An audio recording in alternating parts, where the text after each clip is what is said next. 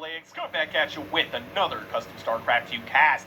If you are a newcomer to my channel, rest assured you're not losing your mind. These are in fact Wisps mining minerals. We are watching a game featuring the Azeroth Cthulhu Hyper War mod. This mod puts together Brood War, Warcraft 3, and StarCraft 2 into one game. It's absolutely chaotic, and I love it. This matchup in particular is going to be Brood War versus Warcraft, so let's go ahead and introduce our players. Spawning on the bottom right-hand side of the map, it's our blue Night Elf player Rosebudio going up against his opponent. Spawning on the top left-hand side of the map, it's our green Brood War player Anyone. Now, we've been casting a lot of team games on this channel. Ну все, можно просто so it's nice to be getting a 1 versus 1.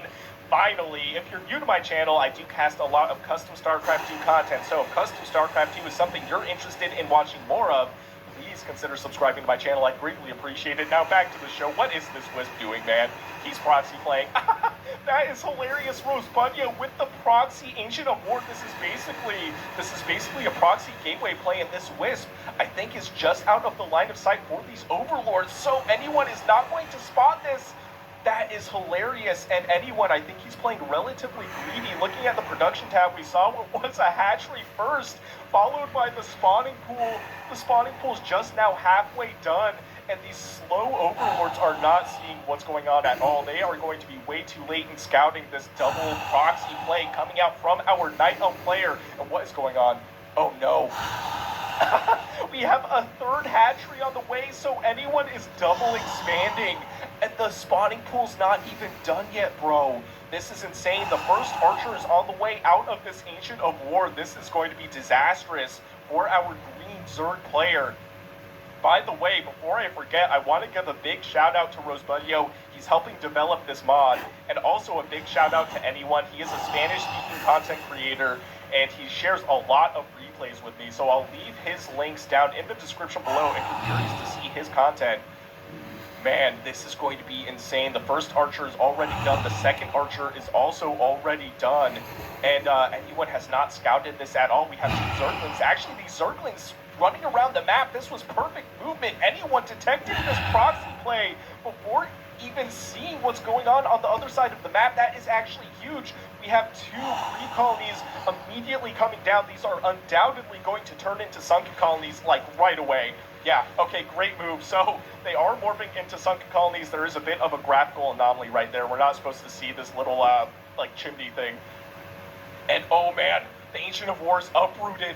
So the Ancient of War is actually being used aggressively as well, but luckily for Anyone, the sunken colonies are finished. The third sunken colony is on the way, and this is a lot of Zerglings. How many Zerglings is that? 20 Zerglings now, 19 Zerglings. They do get the surround on the Ancient of War. The Ancient of War catches fire and immediately dies. I don't know why the Zerglings are running, I guess to get their reinforcements, because you want to run back to the left-hand side of the map. We also have a hero unit. This is the Warden running home, so Rosebudio is giving up on this cheese. But you know what, Rosebudio? The hero units are really good. I would just go full commit, because when you're committing this much to cheese already, just go all out. Don't pull your punches, man. You want to go all out and just hope that you win. I do love that play, though, using your macro structures offensively. Who thought that we would see that in in StarCraft 2 minus like a planetary fortress proxy play, which is also an insane play, but it's not really a good play necessarily, so we don't see it a lot. These Zerglings running to the other side of the map, so Anyone is going for the counterattack. What I would do on this Tree of Life, though, is cancel the Wisp, because the Tree of Life, when it's not building, does have a melee self-defense ability. And see what I mean with the hero unit? I mean, look at this. So much health. 280 base health at level 1, and it practically one-shots the Zerglings, as does the Tree of Life. So Rosebudio is still in this game for sure, but I would have definitely used the Warden in my cheese, because she is just so powerful.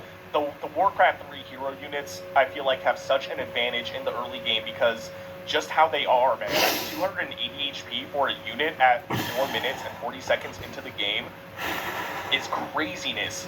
But nonetheless, Rosebudio is now going for the macro play, I think. Taking a look at the units, we have 35 drones to 20 Wisps. So the greedy playstyle for Anyone paid off, but that was partially because he got lucky with the movement on those Zerglings. What else do we have? We have Hydra Den as well. I like this. given how tanky I feel like some of the Warcraft units are, going for high DPS units seems to be the move. What I would also do is maybe build a bunch of Zerglings and try and run towards, like, I don't know, one of the middle lines for my opponent.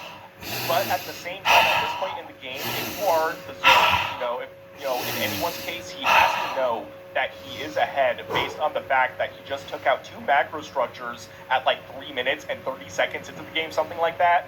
And he's on 3 bases and didn't lose a single drone, I don't think. Yeah, neither player lost any workers. So, yeah, anyone has to know that he's objectively ahead.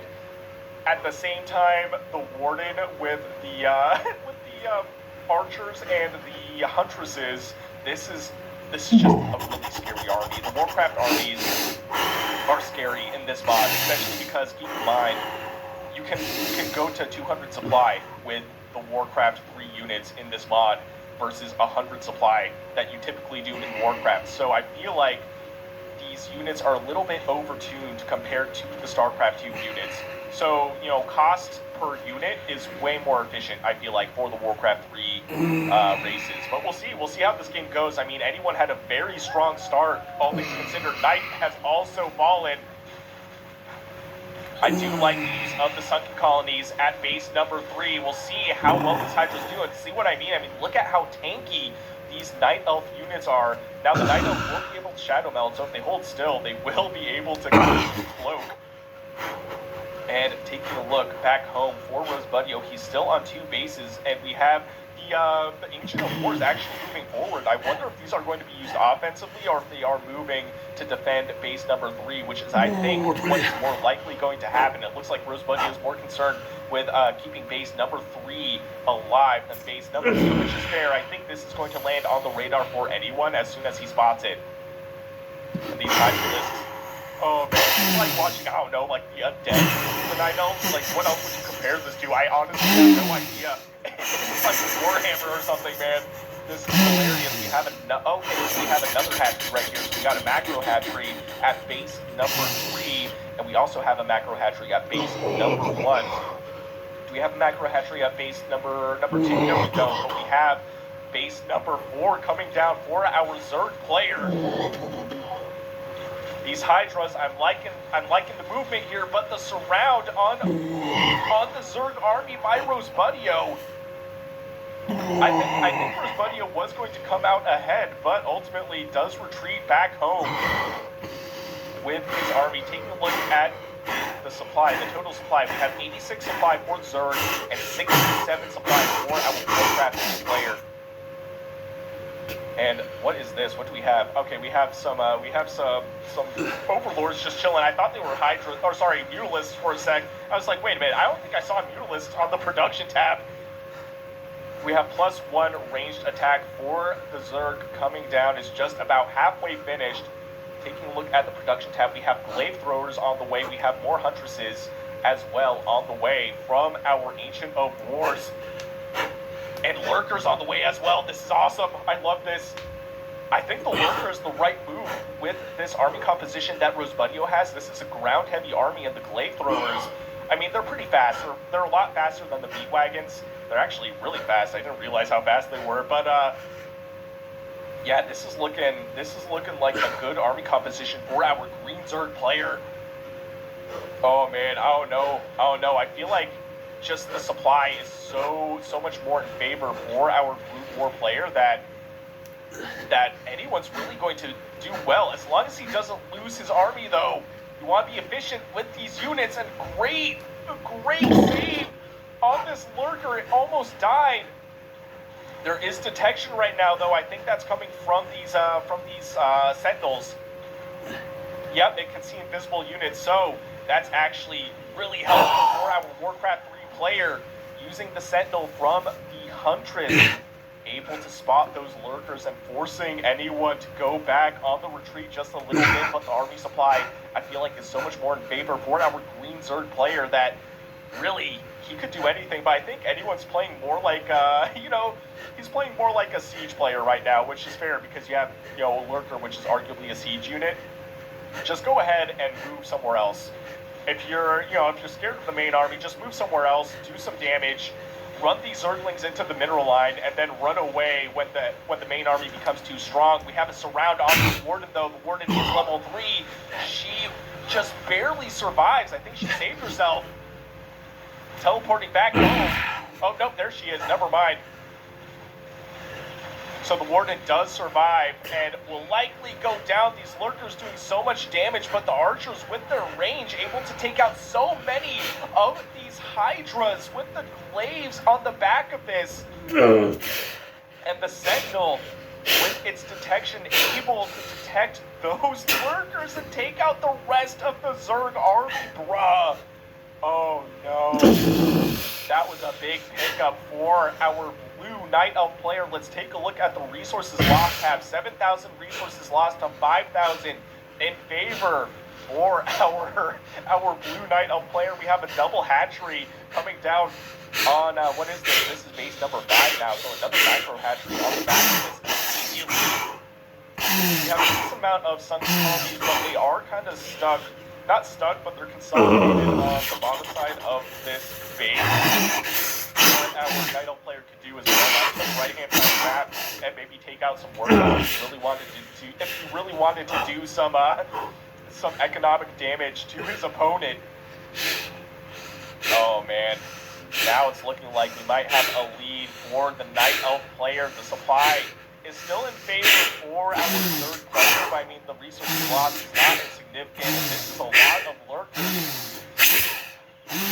Burrow, that Rosebuddio knows better than to run on top of those Lurkers, decides to run back just a little bit. That one Sentinel does get taken out by the Hydralisk. And anyone be cautious. I like that. Not getting too greedy, burrowing those Lurkers and running back home. What else do we have on the production tab? We have one more sunken colony. We have Zerg ground carapace level 2 away as well. As well as the adrenal glands actually. Gotcha. We have additional more being built, and we have an ancient protector as well. The ancient protector is going to be static defense for our Night Elf player. We have Hippogriffs. Okay, we have Hippogriffs coming out, so we have sky units coming out from the Night Elf player as well. So a slight tech switch coming out from Studio, which I like. Diversifying his army just a little bit, realizing, hey, really anti-ground army. Let me mix up some flying units, and then we can take those things out from the sky and not get impaled. How's that sound? That sounds great. I would like to almost see some Yudas or something. I'd like to see some harassment coming out from the Zerg player. And speaking of harassment, Warden running into the mineral line for base number 5. How many workers went down? So 10 workers killed by blue at this point, and 5 workers killed at some point by our green Zerg player. A little greedy with the though, does get killed by those Hydras. And it is now daytime. I love the in StarCraft 2. It looks so sick, just like aesthetically. Oh man, it just looks awesome. Now I think I did see an Ultralisk Den, if I'm not mistaken, on the production tab. We have the Queen's Nest. We have a Defiler mount, so Defilers will be on the way. I would like to see some Ultras just because more Ultralisks are insane. This is a really big army for the Zerg player, though.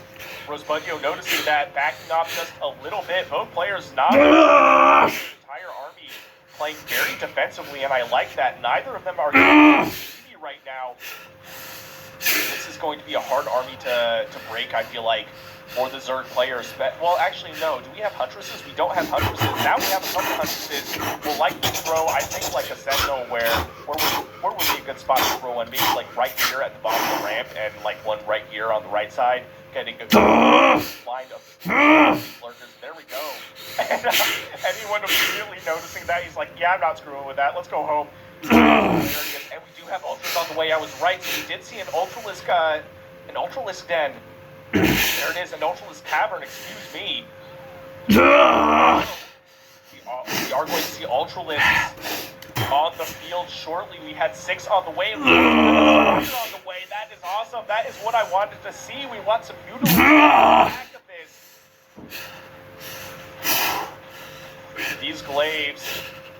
These Glaives not doing too much damage because we do have the Dark Swarm from the Defilers. Do we have any Defilers left? Yes, there we go. So there it is, the Dark Swarm preventing projectile damage for 20 seconds. Not bad. And the Ultralisks are here. Look at them. They are so cool. The Brood War Ultras are just such a goated unit, man. I think this is going to change up the game just a little bit. The Ultras do have 400 base HP, which, think about that.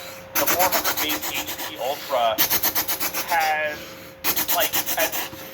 just over double the health, just under double the health of a level 1 Warcraft 3 hero unit. And you can get that hero unit at 3 minutes and something seconds into the game. It's absolutely ridiculous. Ultralisks doing a decent amount of damage, but the Glaives with the range, able to do so much DPS before they close the distance, and all these Ultras do go down. That was a huge pickup from our Warcraft 3 player. Taking a look at the resources lost, 17,000 resources lost exactly for our green Zerg player to 14,000 resources lost for our blue Night Elf player. So still in favor for Rosebudio. I think that was that a Defiler or a Lurker? I couldn't tell based on its body. But either way, it did go down, and we're going to see a Lurker drop coming out from anyone who loves it. Anyone that's awesome at winning it. That mix of Lurker drop from different sides of the Night Elf side of the map. That's awesome. Okay, let's see how this goes, man. I mean, what push the front line to the opponent, but not get too greedy. I mean, it's going to take a lot of it's going to take a lot of micro to be able to do that. Unfortunately, though, this Lurker drop did get spotted. Did the second Lurker drop get spotted? I don't know. Where is it? Oh, it's right here. Okay, but I think anyone's micro is focused on the big engagement. We also have a Mountain Giant with 600 base health. That is insane. This is just disgusting. Look at the chaos right now. There was a breakthrough. The Ultralisks in the middle of this. That is hilarious. Now on the mini-map, we do see that the Overlord is moving out. So, this is a huge pickup for our green Zerg player, destroying the entirety of the blue army, and now we have the Lurkers coming down to do some damage to the economy for the Night. Great movement by anyone. That is a great play.